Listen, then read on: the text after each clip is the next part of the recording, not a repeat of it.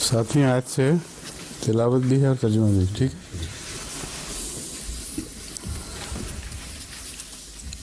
اعوذ باللہ من الشیطان الرجیم، بسم اللہ الرحمن الرحیم۔ فقد كذبوا فسيأتيهم أنباء ما كانوا به يستهزئون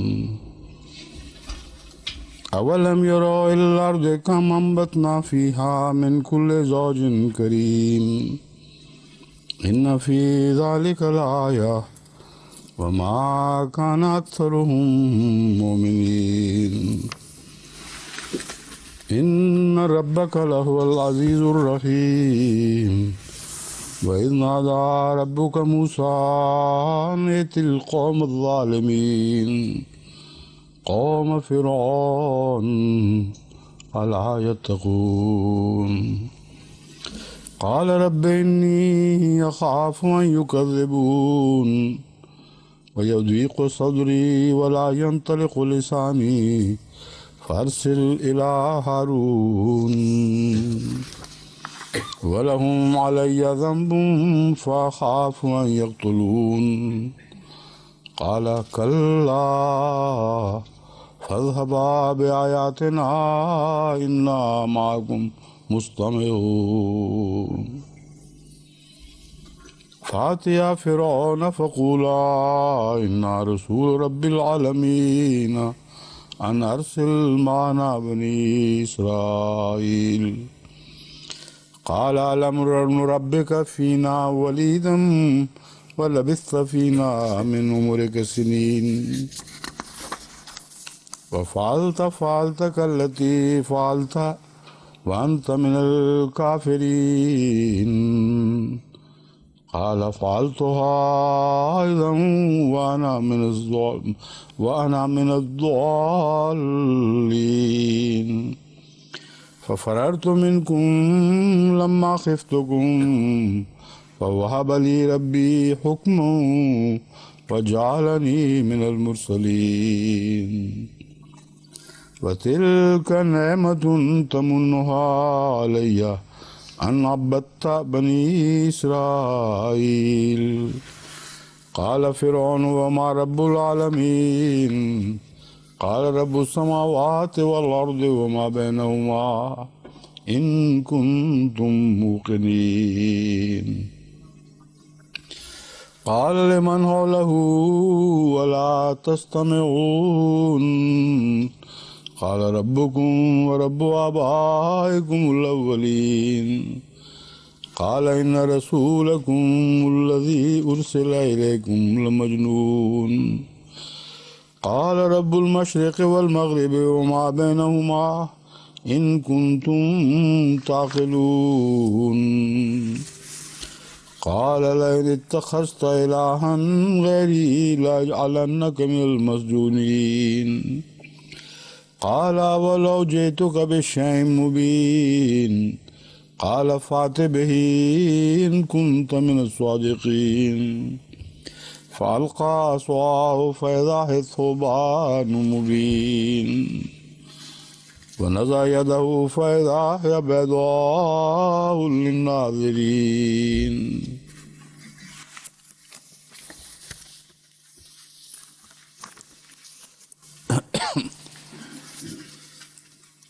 فقد كذبوا فسيأتيهم أنباء ما كانوا به يستهزئون، بس انہوں نے جھٹلا دیا۔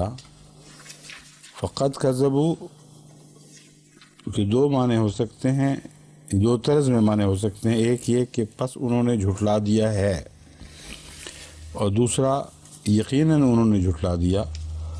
فسیاتہم انباء ما کانوا بہ یستہزئون، بس ضرور ان تک پہنچیں گی ان چیزوں کی، ان باتوں کی خبریں جن سے متعلق وہ تمسخر اڑایا کرتے تھے۔ اب یہ کیا مراد ہے سیاتہم انباء ما کانوا بہ یستہزئون؟ کیوں جی محمد صاحب تو آج غائب ہو گئے ہیں. عباسی صاحب نئے آئے ہیں ان کی جگہ. سنیں کیا مطلب ہے عباسی صاحب؟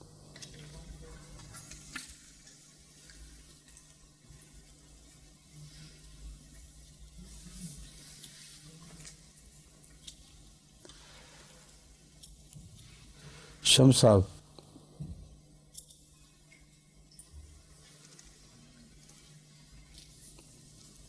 قرآن کریم کی جھٹلایا ہے. قرآن کی کیا خبریں پہنچیں گی ان تک؟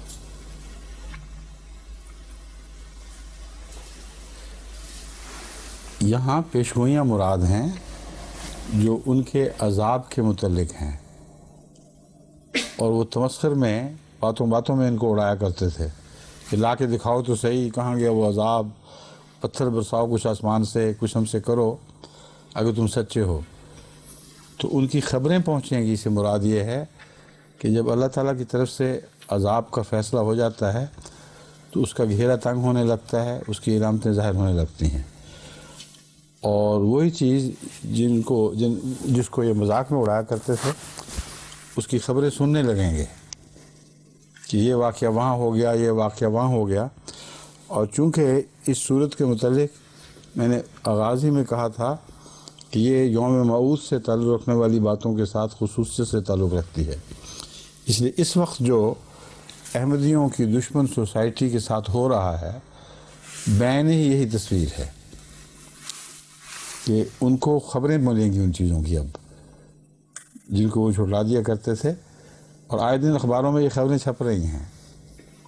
اب یہ ہو گیا، وہ ہو گیا، ہر قسم کی مصیبتیں، تباہیاں، آفات نے گھیرا ڈال لیا ہے، اور ایسے ایسے آفات ٹوٹ رہی ہیں جن کا پہلے ہمارے ملک کی سوسائٹی یا ان ملکوں کی جہاں احمدیت کی مخالفت زوروں پر ہے پہلے تصور نہیں کر سکتے تھیں.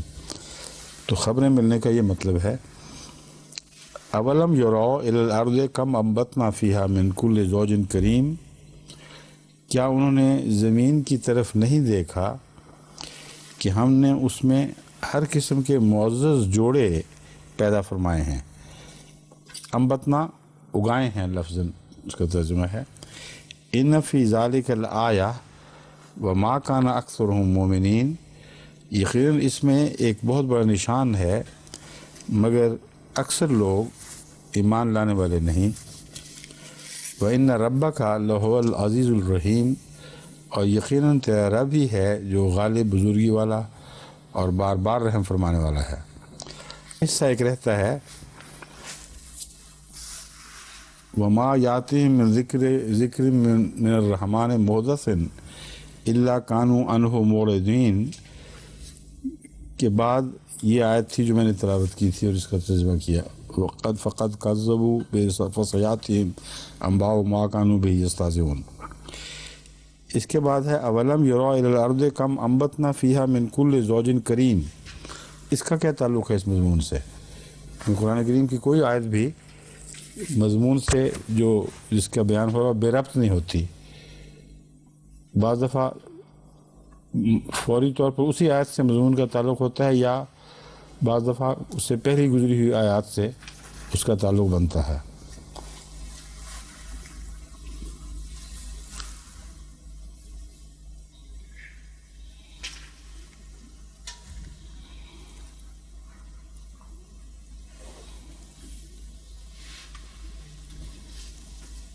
کیوں جی؟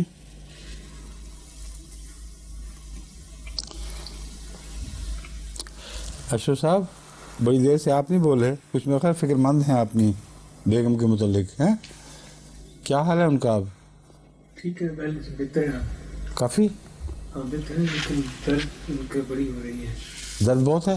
جی جہاں آپریشن ہوئے وہاں کی؟ اس کا نسخہ ہمارے پاس ہے، ایک دوا ہے جو خاص طور پر اسی لیے دی جاتی ہے آپریشن کی درد کو ہلکا کرنے یا کم کرنے کے لیے، اور بڑی جلدی ٹھیک ہو جاتی ہے خدا کے فضل سے. تو آپ سلیم سے لے لیں. جی. اچھا آپ بتائیں امام صاحب جی آپ بتائیں کچھ، یہ کیا یہ تعلق لگتا ہے؟ یہ دو باتیں الگ الگ لگ رہی ہیں بالکل. یہ روحانی تعلق کے قیام کے لیے اللہ تعالیٰ کی طرف سے قرآن مجید کا نزول ہے، اس پر غور کرنا چاہیے. ٹھیک ہے، زمین سے جوڑے ہوا ہے. ہر چیز کا ایک جوڑا ہے، تو انسان کے لیے بھی سکون کا جوڑا اللہ تعالیٰ سے تعلق ہے، اس پر غور. اس کا اس سے کیا تعلق ہے؟ مضمون کی بات ہو رہی ہے، زوج کی تشریح نہیں میں پوچھ رہا. اس کا اس پہلی آیت سے کیا تعلق ہے؟ فقط کذبوا فسیاتہم انباء ما کانوا بہ یستہزئون. اس میں صرف منفی عذاب کی پیشگوئی کی خبروں کی بات نہیں ہے، بلکہ جو مومنوں کو خدا تعالیٰ نے بڑی بڑی کامیابیاں عطا فرمانی تھیں ان کے اوپر بھی وہ ہنسا کرتے تھے، تو اس کی خبریں بھی ساتھ ساتھ آئیں گی. پہلی بات جو تھی اگر اسی پہ بات چھوڑ دیں تو نامکمل بات ہے. وہ ہنستے تھے ان عذاب کی خوش پیشگوئیوں پر جو ان کے متعلق تھیں، اور ان خوشخبریوں کی پیشگوئیوں پر جو مومنوں کے حق میں عطا ہو رہی تھیں. بس ان کو دو طرح سے خبریں تنگ کریں گی. ایک خبر ان عذاب کی علامتوں کی جب یہ دیکھیں گے کہ ظاہر ہو رہی ہیں، اس وقت ان کے لیے مصیبت بن جائے گی. اور ایک خبر خدا تعالیٰ مومنوں سے جو عزت کا سلوک کرے گا، ان کے اموال جانوں میں برکت دے گا اور انہیں بڑھائے گا. یہ جو من زوج کریم انبتنا فیہا من زوج کریم جو ہے، اس کا تعلق بنی نوع انسان کی پیدائش اور ان کی دنیا میں پھیلاؤ سے ہے. یہی محاورے قرآن کریم نے انسان کو انبتنا کے لفظ کے تابع بیان فرمائے ہیں قرآن انسان کے متعلق. اور زرعکم فی الارض، تمہیں زمین میں کاشت کیا. اور پھر خصوصیت کے ساتھ حضرت مسیح موعود علیہ السلام کے زمانے کے متعلق جو پیشگوئی ہے، کزرع اخرج شطن اخرج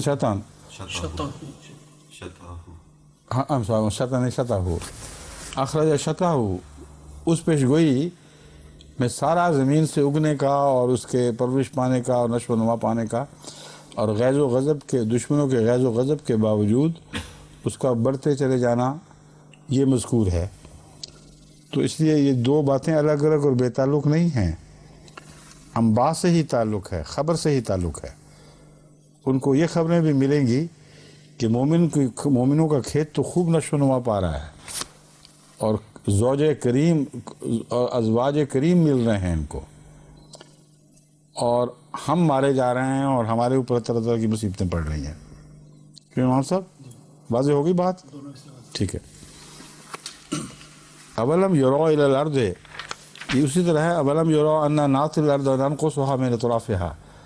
تو یہاں ارض سے مراد وہ مومنوں کی مقدس زمین ہے جس کے بڑھنے اور جس کے نشو و نما پانے کی پیشگوئیاں کی گئی تھیں، اور ان پر یہ لوگ ہنسا کرتے تھے.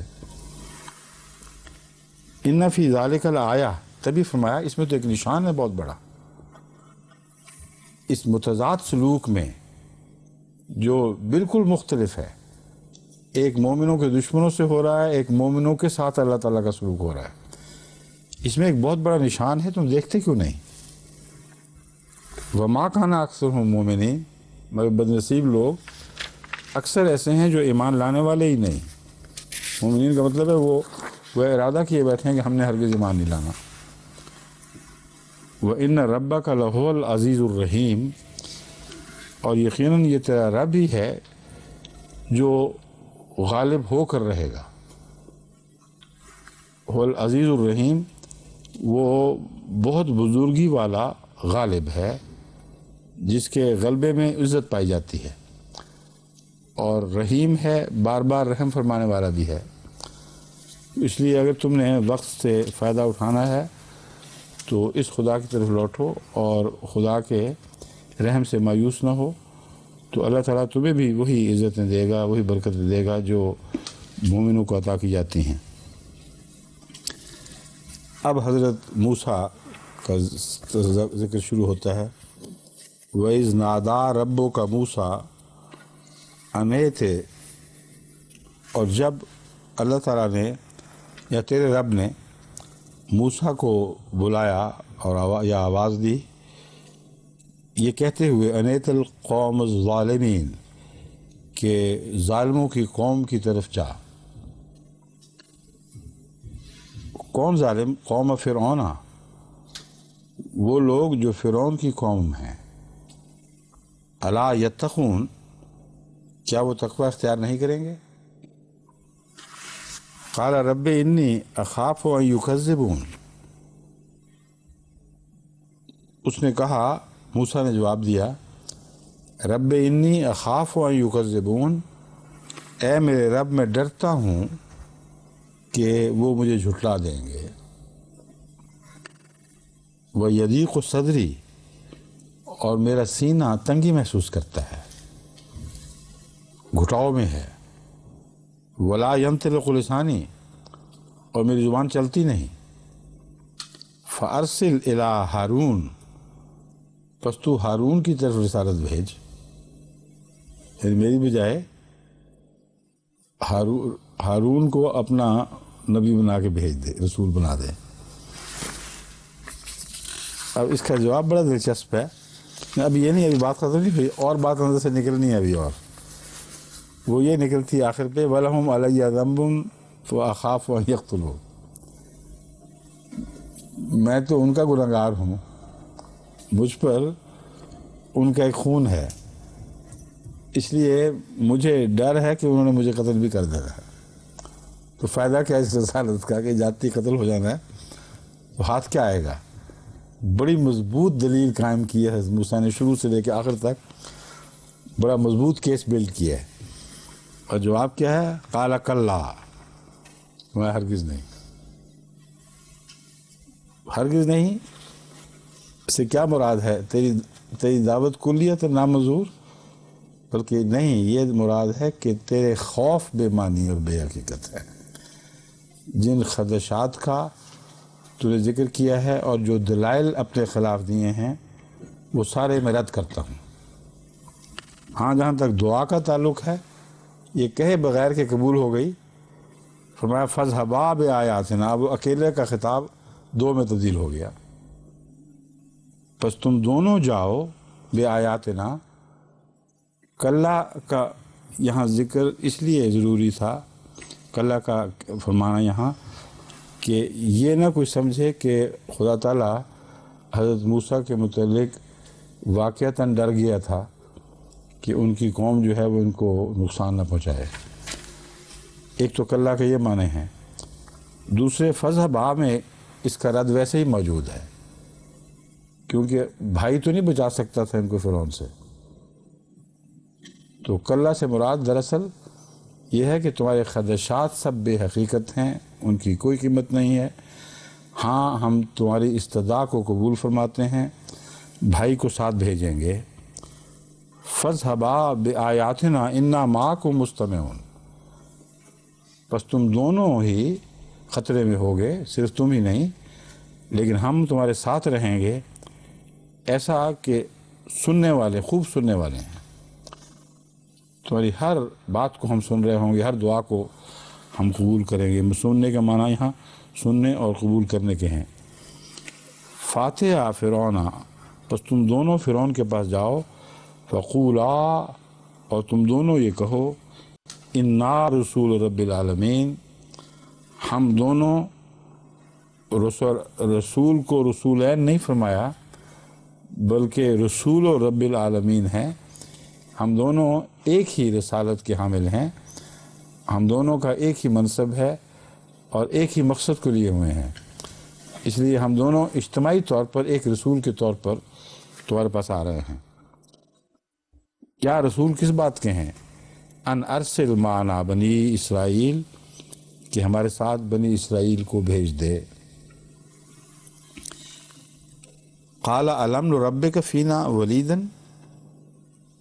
اب حضرت موسیٰ کی جو اہمیت تھی، جو حضرت موسیٰ خود نہیں سمجھ رہے تھے، اور اللہ تعالیٰ نے ان کو جو پیغمبر بنایا تھا، اس کا ثبوت یہ ہے کہ فرعون حضرت ہارون کی طرف توجہ نہیں دیتا۔ دونوں کہہ رہے ہیں کہ ہم آئے ہیں وہ کلیت نظر انداز کر دیتا ہے اور کہتا ہے الم نربک فینا ولیدا، اے موسیٰ کیا تجھے ہم نے اپنے اندر ایک بچے کے طور پر پرورش نہیں دی، تمہاری پرورش ایک بچے کے طور پر نہیں کی؟ وَلَبِثْتَ فِينَا مِنْ عُمُرِكَ سِنِينَ، اور تو اپنی عمر میں سے کئی سال ہمارے درمیان رہا ہے۔ یہ بات بتاتی ہے کہ لفظ سنین یہاں صرف 9-10 سال کی بات نہیں کر رہا، کیونکہ حضرت موسیٰ علیہ السلام تقریباً 30 سال کے تھے جب آپ نے ہجرت فرمائی۔ تو الم نربک فینا ولیدا ولبثت فینا من عمرک سنین، اس میں 2 امکانات ہیں سنین کے ترجمے میں۔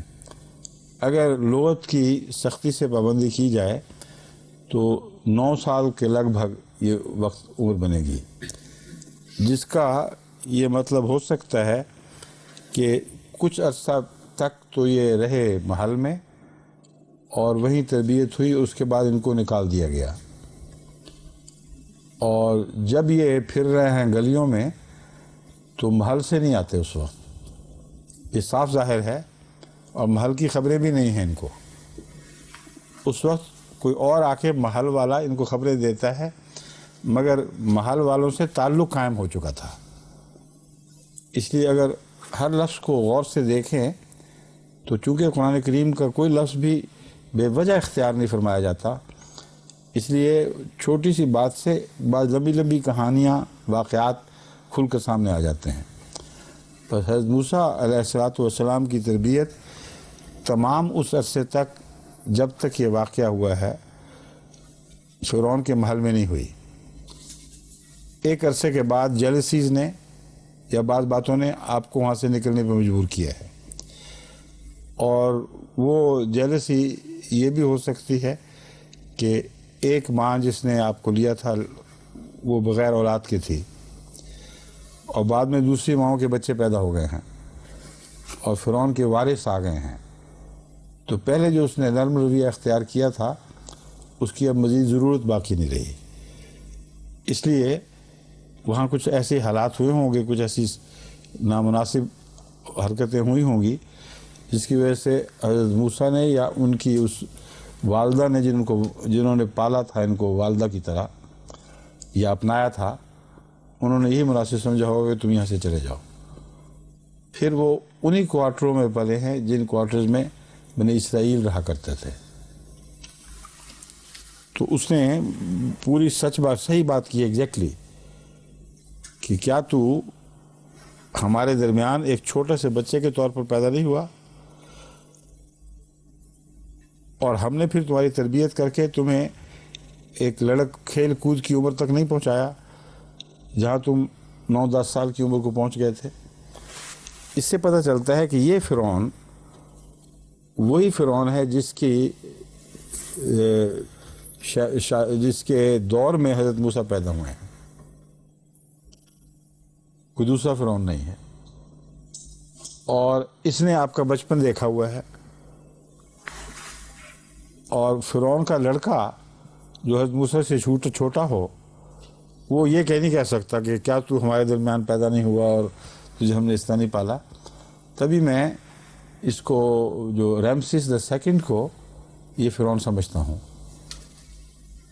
رامسیس II نے تمام اس دور میں جب حضرت موسیٰ کا دور ہے، جو حضرت موسیٰ کے زمانہ ممکن ہے، تمام بادشاہوں میں سے صرف ایک رامسیس ہے جس کو 40 سال کے لگ بھگ بلکہ اس سے بہت زیادہ بادشاہی کی عمر عطا ہوئی ہے،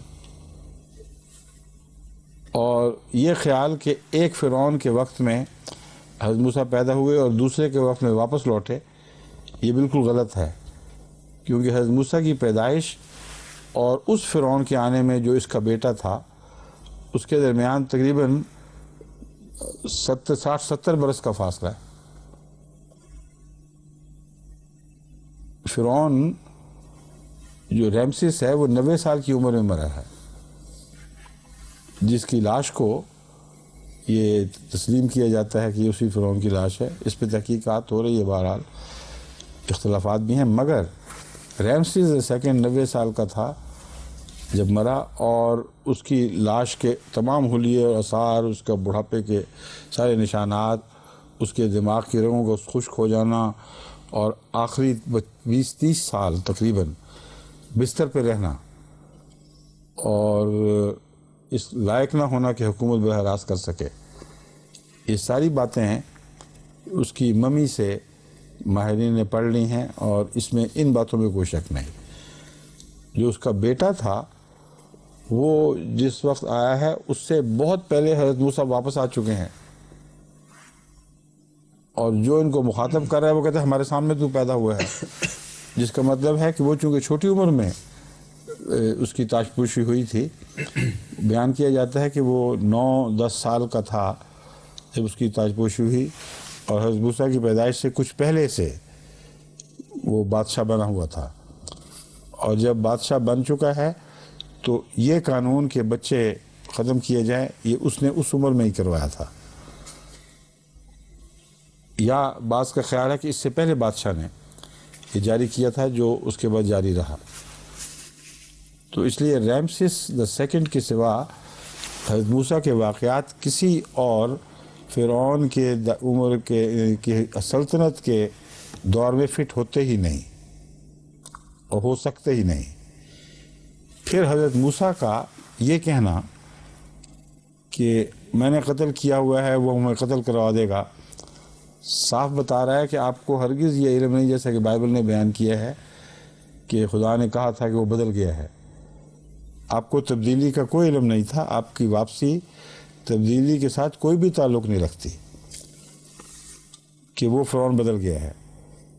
اس لیے جب وہ بدلا ہے اس وقت تک ویسے ہی حالات اتنے بدل چکے تھے کہ اگلا فرعون تو 8-10 سال کی عمر میں مرا ہے، اور وہ اس کے بعد غرقابی کا کوئی بھی اثر نہیں ہے ویسے ہی۔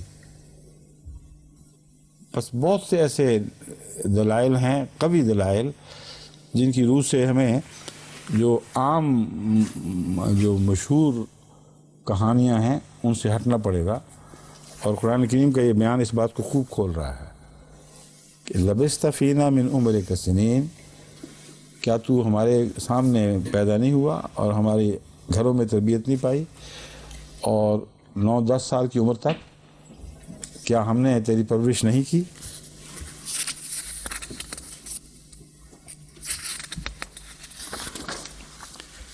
فالتا کلتی فالتا، وہی فرعون ہے جس نے دیکھا ہے آپ کا یہ واقعہ، اور تو نے وہ فعل نہیں کیا تھا جو تو نے کیا۔ وَأَنْتَ مِنَ الْكَافِرِينَ، اور تو ناشکروں میں سے تھا۔ جس گھر میں پرورش پائی اسی گھر کے قوم کے انسان پر تم نے ظلم کیا، ان کی ہم قوم پر ظلم کیا، بس یہ ناشکری کی حد ہے۔ یہ ہے تو موسیٰ جو ہم نے دیکھا۔ اس کے جواب میں حضرت موسیٰ فرماتے ہیں قال فعلتها اذا وانا من الضالین، یہ درست ہے کہ میں نے ہی ایسا کیا تھا، اذا وانا من الضالین، اور یہ کرتے ہی میں ان لوگوں میں سے ہو گیا جو راہ سے بھٹک جاتے ہیں، مجھ سے غلطی ہوئی۔ ففررت منکم، بس میں تم لوگوں سے بھاگ گیا۔ حضرت موسیٰ کا بیان بھی بڑا دلچسپ، سادہ سا، خدا تعالیٰ سے کلام بھی ایسا اور عام لوگوں سے بھی بہت ایک خاص انداز ہے جو کسی اور نبی کے کلام میں جو محفوظ کیا گیا وہ نہیں ملتا آپ کو۔ ففررت منکم لما خفتکم، پس جب میں تم سے ڈرا تو میں بھاگ بھی گیا۔ فوہب لی ربی حکمن، تو اللہ تعالیٰ نے، میرے رب نے مجھے حکم عطا فرمایا۔ وجعلنی من المرسلین، اور مجھے مرسل بنا دیا۔ یہ سیدھے سادے واقعات ہیں، اس میں کیا اعتراض ہے؟ وَتِلْكَ نِعْمَةٌ تَمُنُّهَا عَلَيَّ، رہی وہ نعمت، یعنی یہ تل کا نعمت، یہ جو تو نعمت بیان کر رہا ہے، رہی یہ نعمت تَمُنُّهَا عَلَيَّ، جس کا تو مجھ پر احسان جتا رہا ہے، ان عبدت بنی اسرائیل، کیا یہی ہے یہ احسان کہ تو نے بنی اسرائیل کو اپنا غلام بنا لیا؟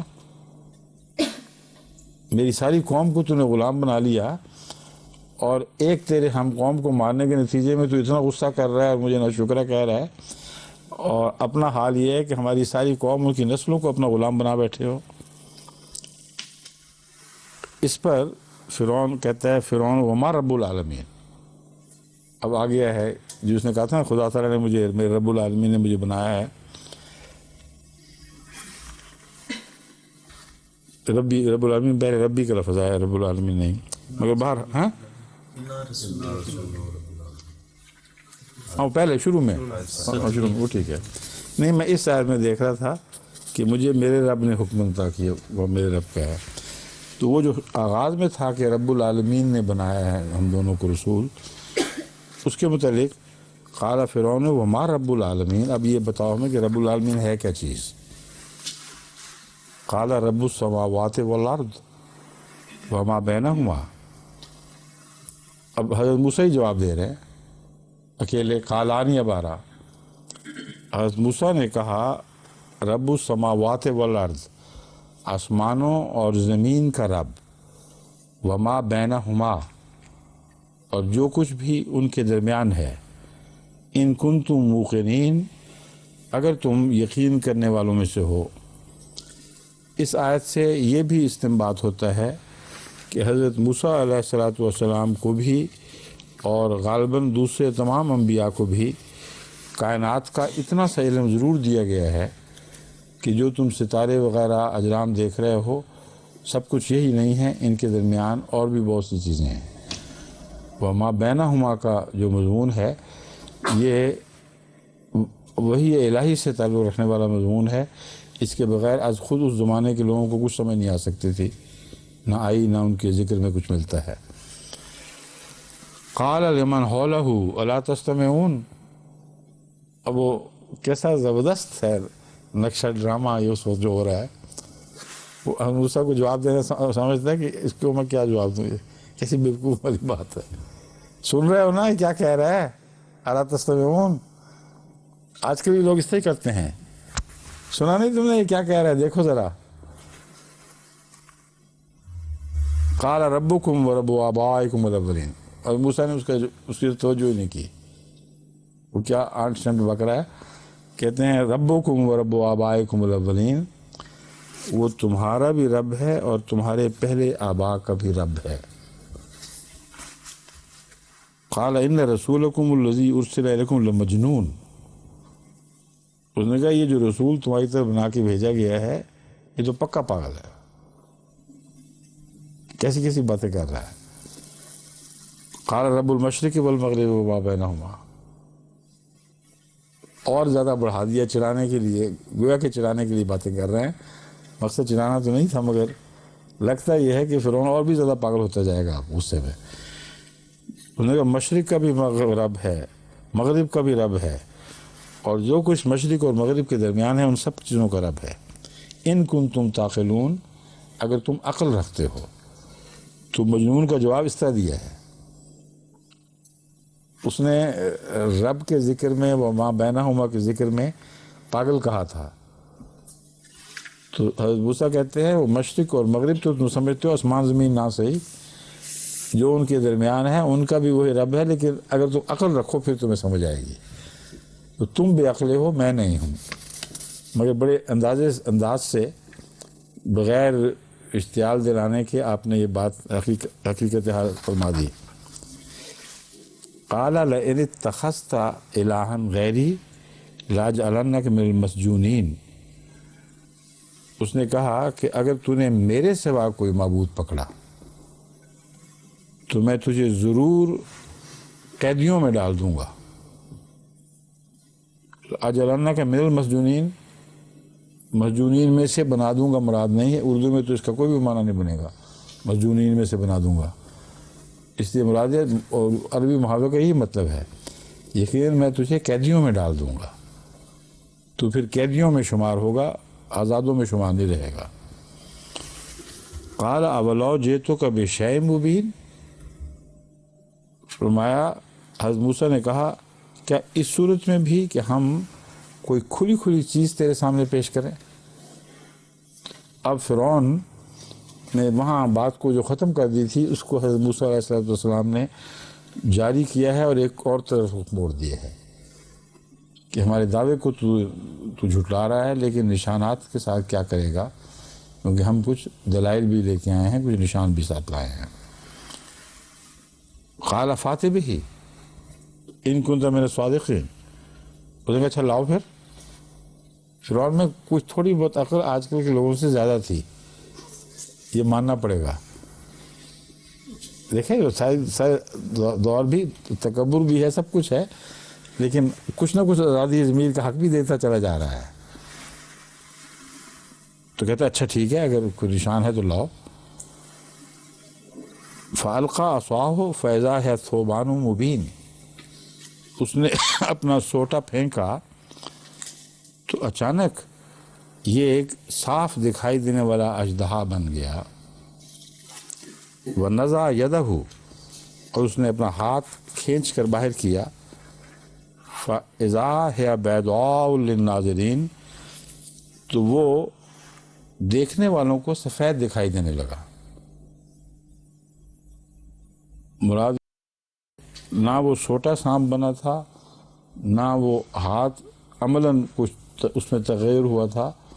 یہ اللہ تعالیٰ نے تصرف فرمایا تھا نظروں پر، تو دیکھنے والوں کو وہ کھلا کھلا سانپ دکھائی دیا، اور ہاتھ دیکھنے والوں کو وہ ایک سفید رنگ کا ہاتھ دکھائی دیا. آگے نہیں تلاوت اچھا، یہ تو مضمون چل رہا تھا، تلاوت آگے چل گئی تھی. چلیے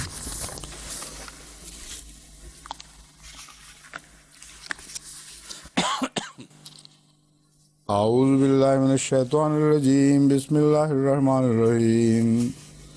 قال للملئ حوله ان هذا لساحر علیم يريد أن يخرجكم من أرضكم بسحره فماذا تأمرون. قالوا أرجه وأخاه وابعث في المدائن حاشرين يأتوك بكل سحار عليم. فجمع السحرة لميقات يوم معلوم. وقيل للناس هل أنتم مجتمعون لعلنا نتبع السحرة إن كانوا هم الغالبين. فلما جاء السحرة قالوا لفرعون إن لنا لأجرا إن كنا نحن الغالبين. قال نعم وإنكم إذا لمن المقربين. قال لهم موسى ألقوا ما أنتم ملقون. فألقوا حبالهم وعصيهم وقالوا بعزة فرعون إنا لنحن الغالبون. فألقى موسى عصاه فإذا هي تلقف ما يأفكون. فألقي السحرة ساجدين قالوا آمنا برب العالمين رب موسى وهارون. قال آمنتم له قبل أن آذن لكم إنه لكبيركم الذي علمكم السحر فلسوف تعلمون لأقطعن أيديكم وأرجلكم من خلاف ولأصلبنكم أجمعين. قالوا لا عذر إنا إلى ربنا منقلبون. إنا نطمع أن يغفر لنا ربنا خطايانا أن كنا أول المؤمنين.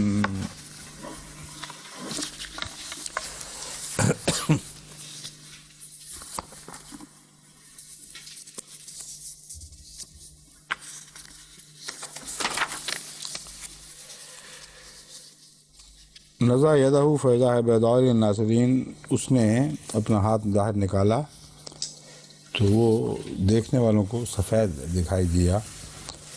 قال للملأ حولہ، اس نے اپنے ارد گرد کھڑے ہوئے سرداروں سے کہا، ان ھذا لساحر علیم،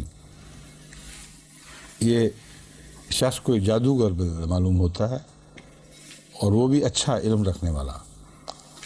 تو ایک صاحب علم جادوگر ہے، اتنا تو ہمیں ماننا پڑے گا۔ یرید ان یخرجکم من ارضکم بالسحر، وہ چاہتا ہے کہ تمہیں ملک بدر کر دے، اس زمین سے باہر نکال دے اپنے جادو کے زور سے۔ فماذا تأمرون، پس تم کیا مشورہ دیتے ہو؟ یہاں حکم دینے کے معنی نہیں ہے امر کے، یہاں حکم کا کوئی محل ہی نہیں ہے، تأمرون سے مراد ہے تم کیا سوچ رہے ہو، کیا بات کہتے ہو۔ قالوا ارجہ واخاہ وابعث فی المدائن حاشرین، تو اس کے سرداروں نے اس کو مشورہ دیا کہ اس کو کچھ دیر کے لیے چھوڑ دے، یعنی فوری سزا نہ دے، جیسا کہ تو نے کہا تھا میں تجھے یہ کروں گا یا وہ کروں گا، اور اس کے بھائی کو بھی مہلت دے، اور آدمی دوڑا دے شہروں میں تاکہ وہ اکٹھا کر کے لائیں۔ کس کو اکٹھا کر کے لائیں؟ یاتو کا بکل سحار علیم، ہر قسم کے صاحب علم جادوگر، جیسا کہ یہ صاحب علم ہے ویسے ہی چوٹی کے ماہرین فن جادوگروں کو وہ ملک کی ہر علاقے سے اکٹھا کر کے لائیں۔ فجمع السحرۃ، پس جادوگروں کو ایک جگہ اکٹھا کیا گیا، لمیقات یوم معلوم، ایک ایسے مقررہ وقت پر اکٹھا کیا گیا جو پہلے سے طے شدہ تھا، یعنی یوم معلوم دن کے وقت، دن پر ان کو اکٹھا کیا گیا۔ مطلب یہ پہلے سے بتا دیا گیا تھا حضرت موسیٰ کو اور سب کو، ساری دنیا جانتی تھی کہ کس دن یہ مقابلہ ہوگا، اور کچھ ڈھکی چھپی بات نہیں تھی۔ تو اس دن کی خاطر جہاں جب یہ مقابلہ ہونا تھا، طے شدہ دن کو جو معلوم دن تھا، سب جادوگروں کو اکٹھا کر دیا گیا۔ وقیل للناس هل انتم مجتمعون، اور پھر جب یہ سب تیار ہو گئے ایک جگہ تو لوگوں سے کہا کہ آؤ جی اب اکٹھے ہو جاؤ، کیا تم آگے تماشا نہیں دیکھو گے؟ یہ مراد ہے هل انتم مجتمعون، کیا تم جمع نہیں ہوگے ایک جگہ؟ لعلنا نتبع السحرۃ، اور یہ فرعون نے اعلان نہیں کیا، یہ لوگوں میں سے، لوگوں کی زبان میں یہ اعلان عام کیا جا رہا ہے، لوگ ایک دوسرے کو کہہ رہے ہیں، خیلا کہا جا رہا ہے یہ، اور پھر کہنے والے عوام الناس میں سے ہیں، کیونکہ اگلا فقرہ یہ ہے لعلنا نتبع السحرۃ، کیا تم لوگ آؤ گے نہیں اس دن؟ میلہ بڑا زبردست لگنا ہے، بڑا تماشا ہونا ہے، تاکہ ہم بھی پھر نتبع السحرۃ جلوس نکالیں، کیونکہ ہمارے جادوگروں نے جیتنا ہی جیتنا ہے۔ یہ اس میں بات یعنی شامل ہے یہ کہ جیتنا ہے، کیونکہ جیتنے کا ذکر کیے بغیر نتبع السحرۃ جو فرمایا گیا ہے، انہیں بتایا گیا ہے، اس سے مراد یہ ہے کہ فتح کا جشن منایا جاتا تھا اور فتح کے وقت جلوس نکالے جاتے تھے، اور یہی دستور تھا جو آج بھی بہت سی قوموں میں پایا جاتا ہے۔ تو ان کانوا ہم الغالبین میں امکان ظاہر کر دیا گیا ہے اگر وہ جیتیں گے، مگر جو طرز بیان ہے اس سے پتہ چلتا ہے کہ جیتنے کا یقین تھا ان کو۔ ان کانوا محض ایک شرط ہے کہ یہ مگر مراد ہے جب وہ جیتیں گے، وہم نہیں تھا کسی کو، وہ کہتے ہیں انہوں نے جیتنا تو ہے ہی، بس جب وہ جیتیں گے، یعنی اگر وہ جیتے سے مراد یہاں جب کے معنی زیادہ ہیں میرے نزدیک، تو پھر ہم نے ان کے پیچھے جلوس ضرور نکالنا ہے۔ فلما جاء السحرۃ، بس جب جادوگر اکٹھے ہو کر آ گئے، قالوا لفرعون ائنا لنا لاجرا ان كنا نحن الغالبین، فرعون سے انہوں نے کہا کہ ہمارے لیے کچھ اجر ہوگا، کچھ پیسہ ویسا کوئی بات کرو نا، کیا دو گے ہمیں؟ ان کننا نحن الغالبین، یہاں بھی دیکھیں ان کو یقین تو تھا کہ وہ جیتیں گے، مگر ان کننا شرطیہ اس طرح لگتا ہے کہ اگر ہم جیتیں، یہاں اگر کسی شک کے معنوں میں نہیں ہے بلکہ جب ہم جیتوں کے معنوں میں ہے۔ قال نعم، اس نے کہا ضرور، وَإِنَّكُمْ إِذًا لَّمِنَ الْمُقَرَّبِينَ، اور تم پھر ہمارے مقرب ہی بن جاؤ گے۔ اب انہوں نے کوئی تقرب نہیں چاہا، فرعون کا تقرب ان کا انعام نہیں تھا، ان کو تو پیسہ چاہیے تھا، تو یہ اپنی طرف سے فرعون نے کہہ دیا کہ وہ تو دیں گے، اور اصل بات یہ تم میرے مقرب بن جاؤ گے۔ قال لهم موسیٰ القوا ما انتم ملقون، موسیٰ نے ان سے کہا کہ جو کچھ تم نے پھینکنا ہے پھینک دو، جو کچھ ڈالتے ہو ڈال دو۔ فَأَلْقَوْا حِبَالَهُمْ وَعِصِيَّهُمْ، انہوں نے اپنی رسیاں اور اپنی سوٹیاں پھینک دیں۔ وَقَالُوا بِعِزَّةِ فِرْعَوْنَ إِنَّا لَنَحْنُ الْغَالِبُونَ، اب دیکھ لیں ان کننا کا معنی وہاں شک والا تھا ہی نہیں، انہوں نے کہا فرعون کی عزت کی قسم، یقیناً ہم ہی ہیں جو غالب آئیں گے۔ فَأَلْقَى مُوسَىٰ عَصَاهُ، پس موسیٰ نے اپنا سونٹا پھینکا، اپنا عصا پھینکا۔ فَإِذَا هِيَ تَلْقَفُ مَا يَأْفِكُونَ،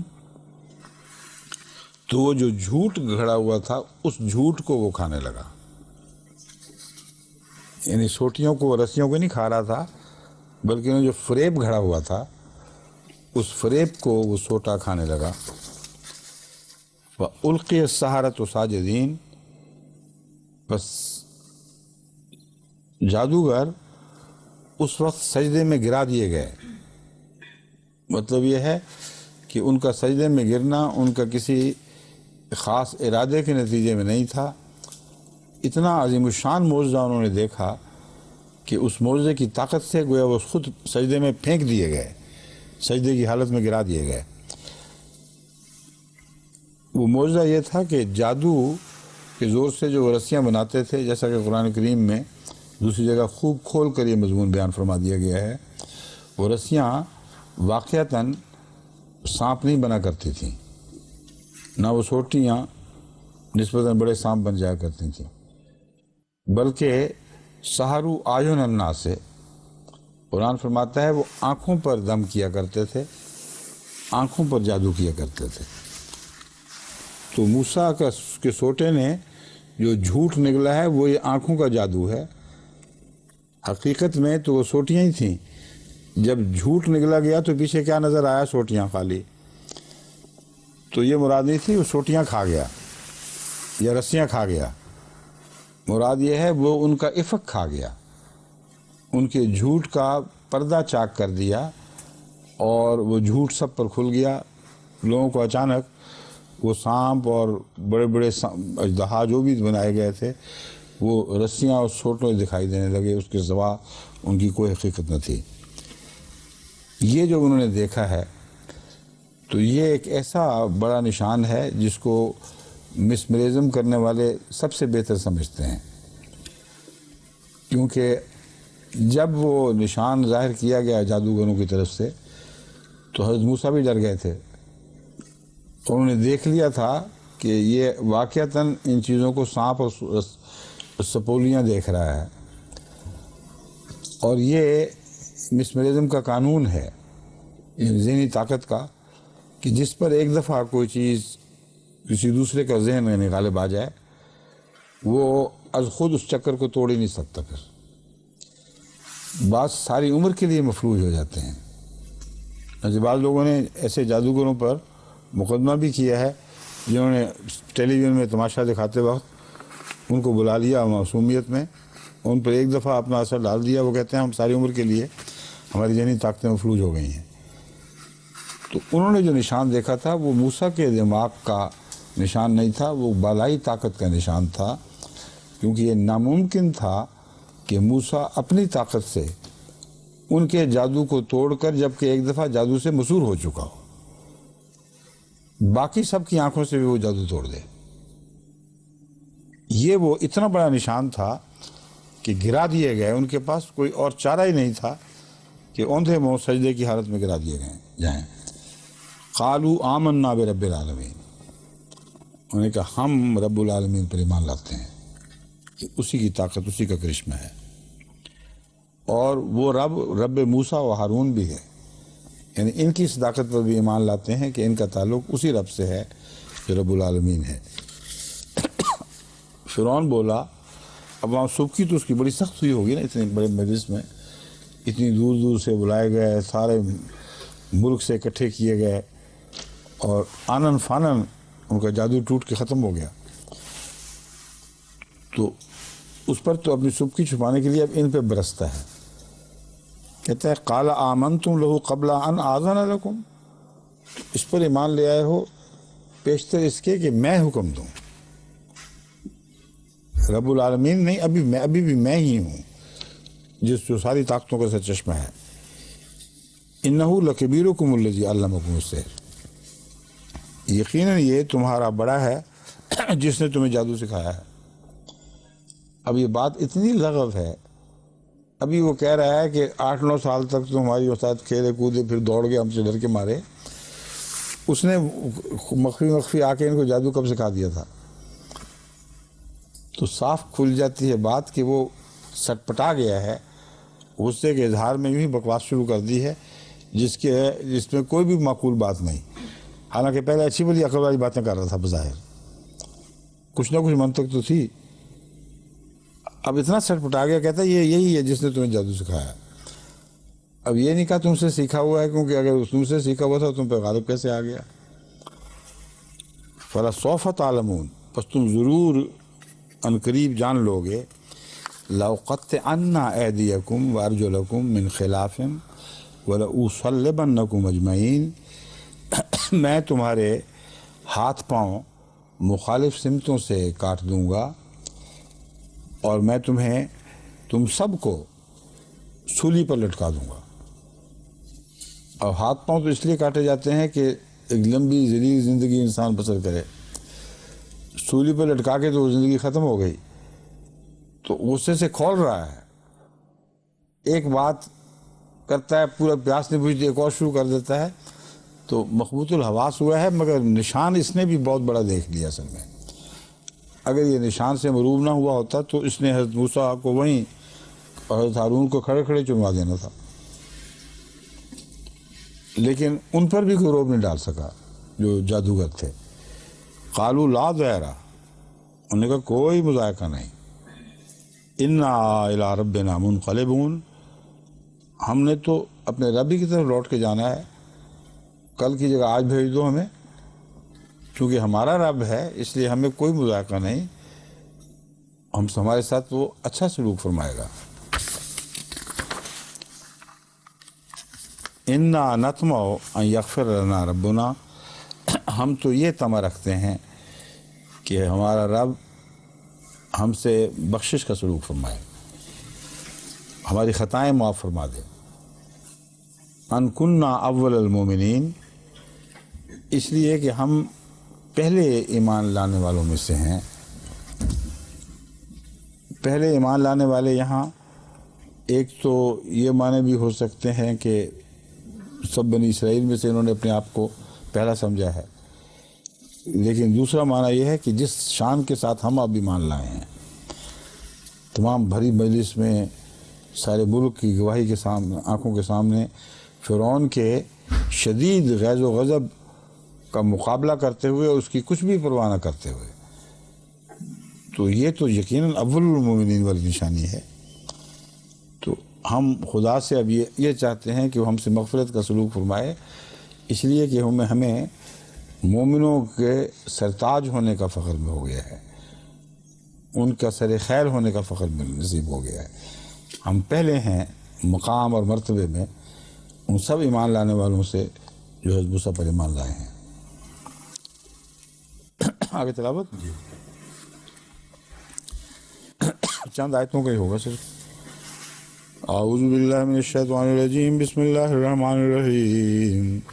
وَأَوْحَيْنَا إِلَىٰ مُوسَىٰ أَنْ أَسْرِ بِعِبَادِي ان اسر بعبادی انکم متبعون فارسل فرعون فی المدائن حاشرین ان هؤلاء لشرذمة قلیلون وانہم لنا لغائظون وإنا لجميع حاضرون فأخرجناهم من جنات وعيون وكنوز ومقام كريم فأتبعوهم مشرقين. کیا ہوا؟ اچھا ایک آیت ہے یہ بیچ میں سے. اچھا وَكُنُوزٍ وَمَقَامٍ كَرِيمٍ كَذَلِكَ وَأَوْرَثْنَا بَنِي إِسْرَائِيلَ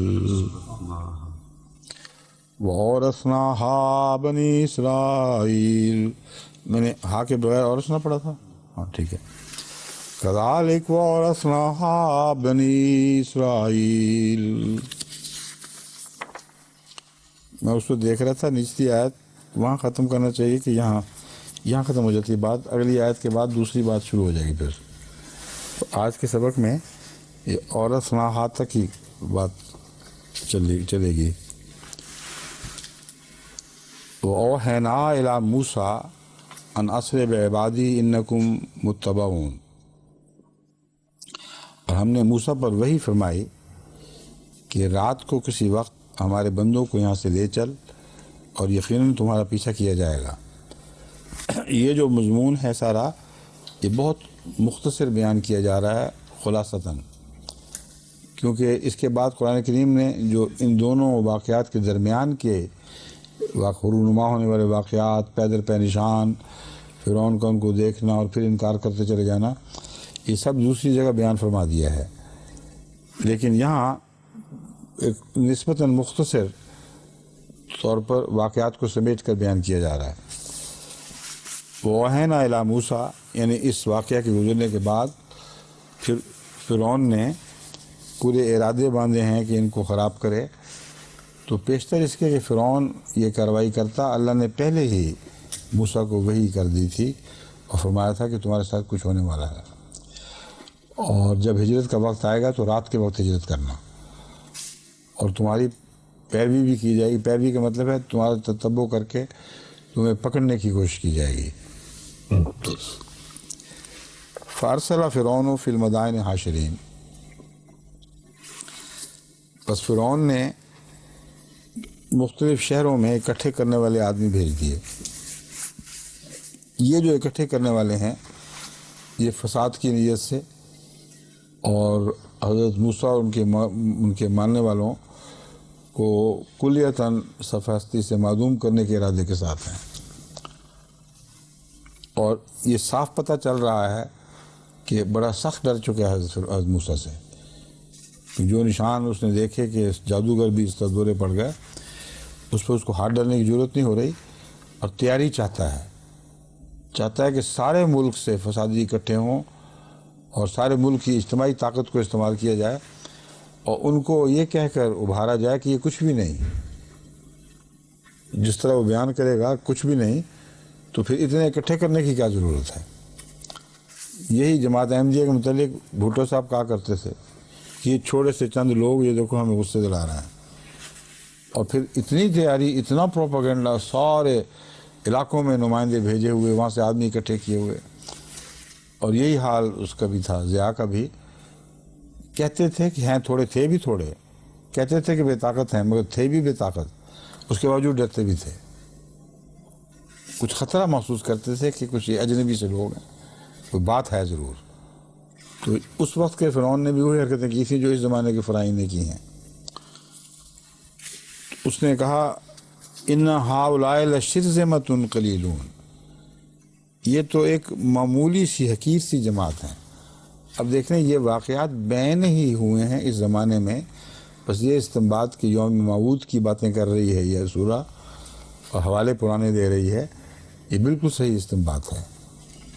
تبھی حضرت مسیح موعود علیہ السلام کو یہ الہام بھی ہوا کہ تو بھی فرعون کا زمانہ دیکھے گا اور اسی طرح تیری بھی پیروی کی جائے گی، یعنی تیرے پیچھے لگ کر پکڑنے کی کوشش کی جائے گی، اور اسی طرح وہ فرعون نامراد ہوگا۔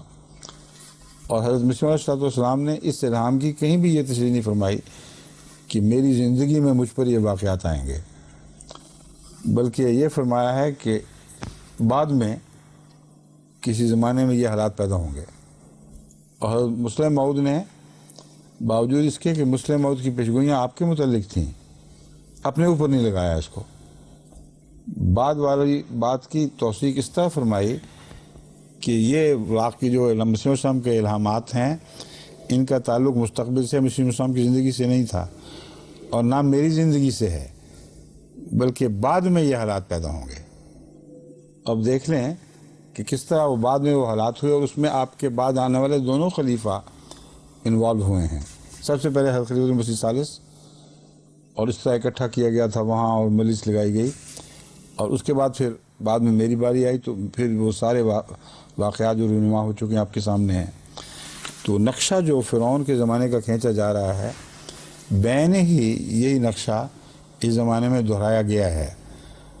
اور شرذمۃ قلیلون تو دونوں کہا کرتے تھے، بھٹو بھی اور یہ ضیاء بھی، کہ چند لوگ یہ دیکھو ہمیں غصہ دلا رہے ہیں، یہاں تک کہ میرے یہاں آنے کے بعد بھی ایک صحافی، ان کو صحافی نہیں، وہ انٹرنیشنل جو جسٹس کے عالمی انصاف کے قیام کے لیے جو مجالس بنی ہوئی ہیں، ان کی ایک نمائندہ ملنے گئی تھی ضیاء کو بھی، اور اس نے مجھے پھر رپورٹ جو دی تھی اس میں یہ تھا کہ کہتا تھا ان کی حیثیت کیا ہے، معمولی حیثیت کچھ بھی نہیں، اور وہ تیش دلاتے ہیں اکثریت کو اتنا، ہم کیا کر سکتے ہیں، پھر چکھیں اس کا مزہ۔ اس قسم کی تذلیل کی باتیں، تحقیر کی باتیں کرتا تھا، اور باوجود اس سب کے اللہ تعالیٰ نے اکثریت کے ظلم سے اس حد تک محفوظ رکھا کہ ان کی ہر کوشش کو ناکام بنایا ہے۔ ضرر پہنچے ہیں مگر مغلوب نہیں کر سکے یہ لوگ، اور ہر دن نے اللہ تعالیٰ کے فضل سے جماعت کی نئی ترقی دیکھی ہے۔ بس سر دست یہیں ختم کرتے ہیں کیونکہ وقت ختم ہو چکا ہے، ٹھیک ہے۔